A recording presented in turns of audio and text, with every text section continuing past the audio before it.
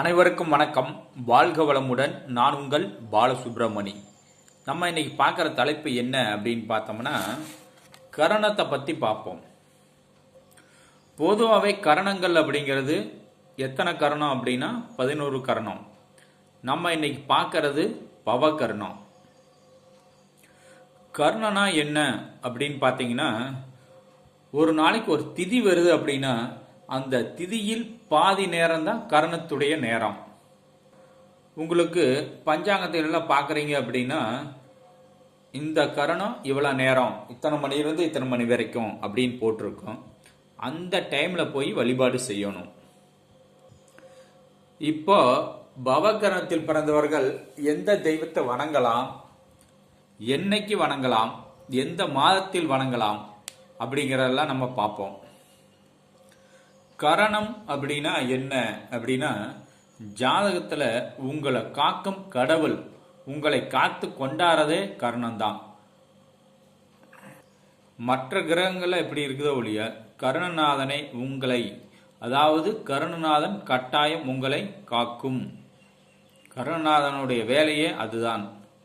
உங்களுடைய லக்னத்துக்கு 6, 8, 12 மறைந்து பலம் குறைவாக இருந்தாலும் உங்களுக்கு முடிந்தவரையும் கெடுதலை குறைத்து கொடுக்கும். கெடுதலை இல்லாமல் பண்ண முடியாது. அந்த திசை நடக்கும்போது கெடுதலை குறைத்து கொடுக்கும், நன்மையை கூட்டி கொடுக்கும்.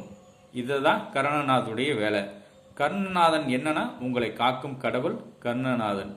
இப்போ நீங்க எந்த தெய்வத்தை போய் வணங்கலாம் அப்படின்னா, பவகரணத்தில் பிறந்தவர்கள் நீங்கள் நரசிம்மர் வழிபாடு செய்யவும். நரசிம்மர் எங்க இருக்கிறார்? நாமக்கல் நரசிம்மர்.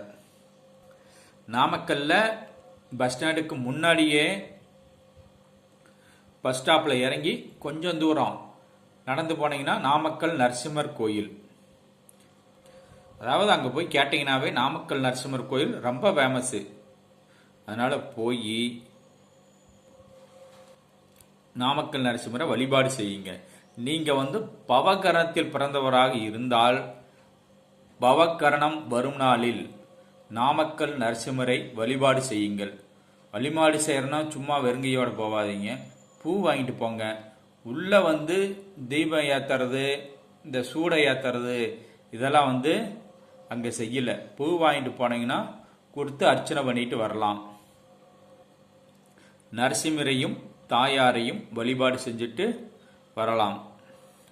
நீங்க பஞ்சாங்கத்தை பார்த்துட்டு போங்க. என்னைக்கு பவகரணம் வருதோ அன்னைக்கு போய் நாமக்கல் நரசிம்மரை வழிபாடு செய்யுங்கள். உங்களுடைய வாழ்க்கையில நீங்க நாமக்கல் நரசிம்மரை வழிபாடு செய்ய செய்ய உங்களுக்கு வெற்றிகள் கிடைக்கும்.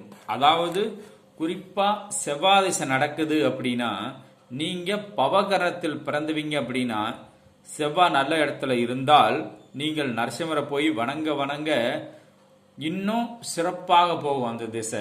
செவ்வாய் 6, 8, 12 மறைந்து அந்த வீட்டு அதிபதியும் பலம் குறைந்தால், நல்லா புரிஞ்சுங்க, செவ்வாய் 6, 8, 12 மறைந்து அந்த வீட்டு அதிபதி யாரோ, செவ்வாய் எந்த வீட்டில் நிற்குதோ அந்த வீட்டு அதிபதியும் பலம் குறைந்தாலும் உங்களுக்கு அந்த திசை சுமாராத்தான் போகுது, நல்லா இல்லை அப்படின்னா நீங்கள் நாமக்கல் நரசிம்மரை போய் வழிபட்டு பாருங்க.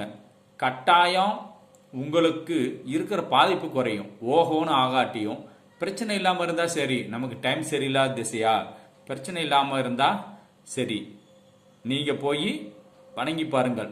அதாவது நல்லா இருந்துன்னா இன்னும் சிறப்பாக போகும். உங்களுக்கு நேரமே சரியில்லை, ரொம்ப பாதிப்புனால அதில் அந்த பிரச்சனைகள் இல்லாமல் அந்த திசை ஓடிடும். இதுதான் நமக்கு தேவையே. அதனால நாமக்கல் நரசிம்மரை பவகரணம் வர்ற அன்னைக்கு போய் வழிபாடு செய்யுங்கள். அதனுடைய விலங்கு அப்படின்னு பார்த்தோம்னா சிங்கம். நாமக்கல் நரசிம்மரோட விலங்கு என்ன அப்படின்னு பார்த்தோம்னா சிங்கம். பவகரணத்துக்கு என்னது? சிங்கம். இவரும் சிங்கம் தான், நரசிம்மரும். நீங்க ஒரு சர்க்கஸ்க்கு போனாலும் சரி, இல்லை வேற எங்காச்சும் போனாலும் சரி, சிங்கம் இருக்கும் இடத்துக்கு ஜூக்கு சென்றீங்கன்னா, அதாவது சிங்கத்துக்கு உணவுகள் வழங்குவதற்கு என்ன செலவோ அதை நீங்கள் ஏற்றுக்கொள்ளலாம். விலங்குகளுக்கு இந்த சிங்கத்துக்கு என்னப்பா செலவாகும்? உணவு வாங்கி கொடுக்கலாமா, அதுக்கு இவ்வளோ செலவாகுமா, இந்த ஒரு சர்க்கஸுக்கு போனாலும் விலங்குகளுக்கு, அதாவது விலங்குன எல்லா விலங்கு எடுத்துக்கல, சிங்கத்துக்கு ஒரு செலவு செஞ்சீங்கன்னா அதுவும் உங்களுக்கு ஒரு பலன்தான். அதாவது கருணநாதனை வழிபட்ட பலனே கிடைக்கும். அதையும் செய்யுங்க. சிங்கத்துடைய படம் டிவியில் மிருகங்களா படம் ஓடுது, சிங்கத்தை பற்றி போட்டால் அதை கொஞ்ச நேரம் பாருங்க, அதுவே உங்களுக்கு நல்லது தான். இதனை செய்யுங்கள்.